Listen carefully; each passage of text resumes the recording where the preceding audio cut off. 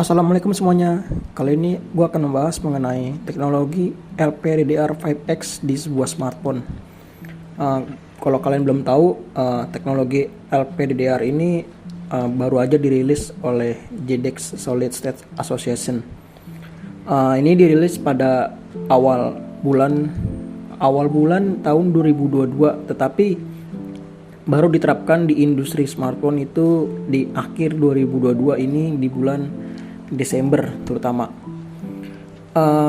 Kalian pasti nggak terlalu mengerti, saya juga nggak terlalu mengerti, makanya kita sama-sama belajar mengenai ini. Gue akan merangkum sebisa gue mungkin, semoga aja kalian mengerti teknologi LPDDR5X ini apa. Kita diskusi sehat aja di bawah, lalu apa saja manfaatnya, cekidot. JEDEC Solid State Association adalah sebuah pengembangan standar untuk industri mikroelektronika. Ya, dia sebagai istilahnya yang punya rumah gitulah. Dia mengembangkan standar untuk industri mikroelektronika selanjutnya apa. Tadinya kan LPDDR5 tuh dia. Ya tetap dia lagi, emang dia ini sebuah standar. Nah nanti dia akan menghubungi perusahaan-perusahaan semikonduktor lainnya seperti Samsung, SK Hynix, Micron Electronic dan lain-lain. Dia meresmikan pada awal bulan yang gue sebutkan sebelumnya dan akhirnya diterapkan di akhir tahun 2022 ini. Kita lanjut aja. LPDDR5X ini berfokus pada peningkatan kinerja, daya dan fleksibilitas dan berkecepatan tinggi gitulah. Oke, lanjut manfaatnya udah gue rangkum beberapa sih. Yang pertama itu ada 1,3 kali lebih cepat dari generasi sebelumnya dan efisiensi dayanya 20% lebih baik. Jadi kalau kalian multitasking atau sedang bermain game, balik lagi ke home dan sedang lagi AR, belanja pakai Google Lens dan lain-lain, ini bisa hemat 20%. Jadi kalau smartphone kalian bisa hemat lagi lah, pokoknya intinya gitu. Dan yang kedua itu ada 5G, AI, VR, AR dan otonom, serta yang terakhir metaverse. Dan yang gue sebutkan tadi itu mereka membutuhkan multitasking super tinggi dan performa tinggi. Kenapa? Karena mereka memakan data yang lebih tinggi banget gitu. Jadi diperlukan LPDDR5X ini karena yang gue sebutkan tadi itu emang smartphone sekarang itu udah mulai bukan smartphone yang kita kenal dulu. Smartphone sekarang udah mulai banyak kegunaannya. Mulai misalkan kalian tahu tuh kalau di Google Lens bisa nyari barang, nah itu pakai AI gitu. VR juga kalau kalian punya VR, pokoknya banyak macam-macam. 5G juga membutuhkan data besar. Kalau kalian tahu metaverse juga butuh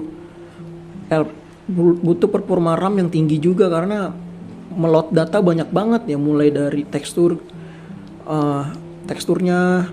karakter dan lain-lain gitu. Dan LPDDR5X ini hadir dengan kecepatan pemrosesan data hingga 8,5 Gbps. Jadi ya sangat tinggi banget. Wajar sih harus diterapkan karena yang gue sebutkan tadi 5G, AI, VR, AR, otonom, metaverse memang sudah marak banget di tahun 2022 ini dan kedepannya juga pasti lebih masif banget. Lanjut yang ketiga, yaitu meningkatkan kecepatan data sebesar 33% dari 6400 Mbps menjadi 8533 Mbps. Wah ini besar banget sih. Kerasa banget pasti multitasking dan lain-lain, kerasa banget ini emang. Lanjut yang keempat, meningkatkan kecepatan membaca perintah sebuah smartphone. Ini jelas banget sih, karena misalkan nih kalian restart HP berpengaruh juga oleh teknologi RAM yang dipakai. Jadi kalau misalnya RAM-nya bagus nih LPDDR5X, itu bisa cepat lagi gitu. Misalkan restart tadinya 2 detik jadi 1 detik, mungkin kalau LPDDR5X ini bisa 0,3 detik aja gitu. Itu sih yang ngaruh banget. Ngeload datanya kan kalau ke restart HP kan biasa nge-lag. Nah ini bisa cepet banget gitu, datanya muncul semua gitu. Jadi klik up aplikasi nggak ada loading gitu. Lanjut kelima, meningkatkan kecepatan data yang tinggi. Ya jelas sih yang gue omongin sebelumnya di yang 5G AI VR ini meningkatkan kecepatan data yang tinggi, jelas karena emang dibutuhkan banget. Lanjut ke 6, konsumsi daya yang telah berkurang hampir 20%.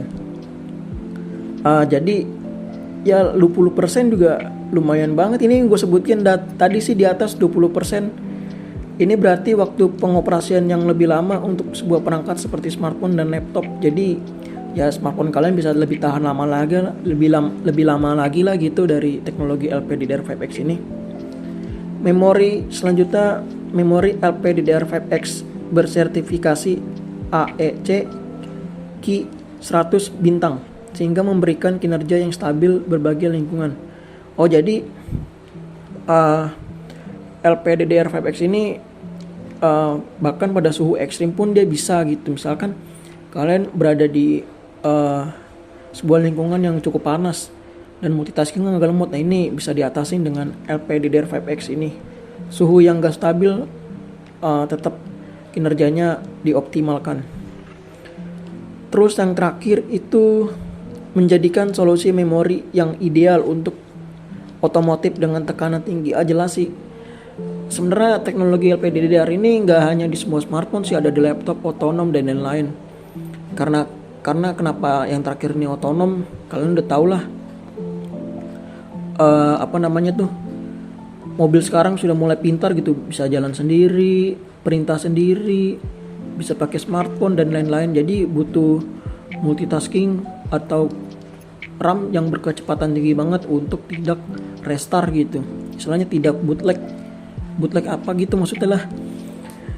Jadi perlu banget emang di otomotif sekarang udah beda banget sama yang dulu. Otomotif sekarang yang gua kenal tuh udah bisa dikendalikan di sebuah smartphone, perintahnya udah pinter-pinter, udah kayak smartphone banget tuh. Istilahnya udah terhubung sama kita. Dan lanjut ada perusahaan apa saja yang telah membuat LPDDR5X ini di chip di smartphone gitu ya. Bukan smartphone aja sih, ini perusahaannya yang produksinya bisa yang lain. Yaitu pertama ada Samsung Semiconductor, itu memang Samsung sih pasti mengeluarkan yang pertama kali. Ada 2 Micron Electronic. Yang ketiga ada SK Hynix. Dan untuk chipsetnya apa bang di sebuah smartphone yang baru diterapkan, yaitu ada Snapdragon 8 Gen 2 dari Qualcomm.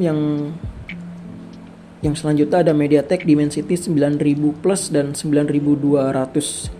Jadi kalau untuk di sebuah smartphone dia baru ada Snapdragon dan MediaTek. Untuk Apple belum bang, belum kok. Apple nanti mungkin 2023 dia baru diterapkan. Sekarang aja yang gue tahu iPhone 14 Pro dan Pro Max itu masih pakai udah pakai LPDDR5, sebelumnya tuh LPDDR4X. Mungkin 2023 iPhone 15 baru LPDDR5X semuanya. Ya mungkin itu saja yang bisa gue sampaikan. Semoga informasinya bermanfaat. Kita diskusi sehat aja, kita sama-sama belajar. Gue juga belum paham dan akhirnya gue rangkum pelan-pelan. Semoga aja kalian memahami apa yang gue sampaikan. Sekian dan terima kasih.